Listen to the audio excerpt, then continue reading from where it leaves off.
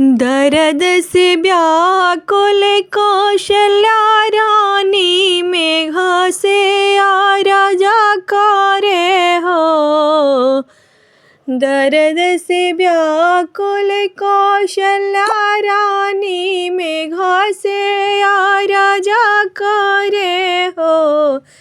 ए मेघा जनी बरिसय अवधाना गरियात रामजी जनम लिहले हो। ए मेघा जनी बरिसय अवधाना गरियात राम जी जनम लिहले हो। के कर भिंजेला चुंदरियात के कर पियरियानो हो। के कर भिंजेला चुंदरियात के कर पियरियानो हो। ए ललना की कर भिंजे लामो कुटावात रामजी जनम लिहले हो।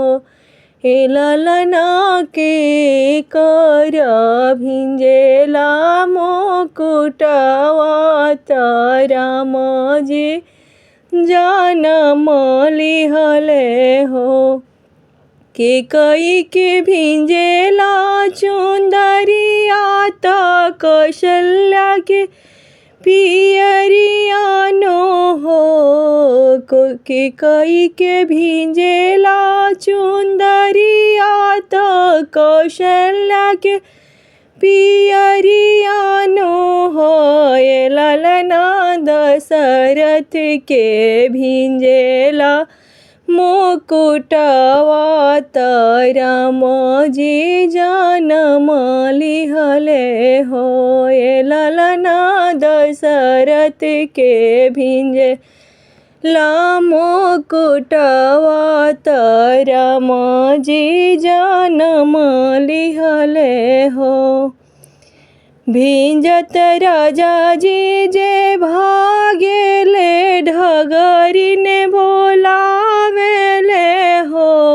भिंजत राजा जी जे भागेले ढगरी ने बोलावेले हो। ये ढगरी ने चली चला हमारो आंगनवात रामजी जनम लिहले हो।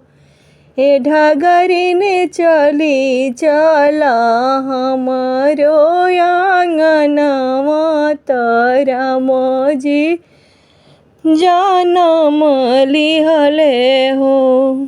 ढगरी ने आईली महलिया आंगनवा में ठाड़ी भैली हो। ढगरी ने आईली आंगनवा तो आंगने में खड़ी भैली हो। ढगरी ने मांगे लगली सोने के हंसुलिया रामजी जनम लिहले हो।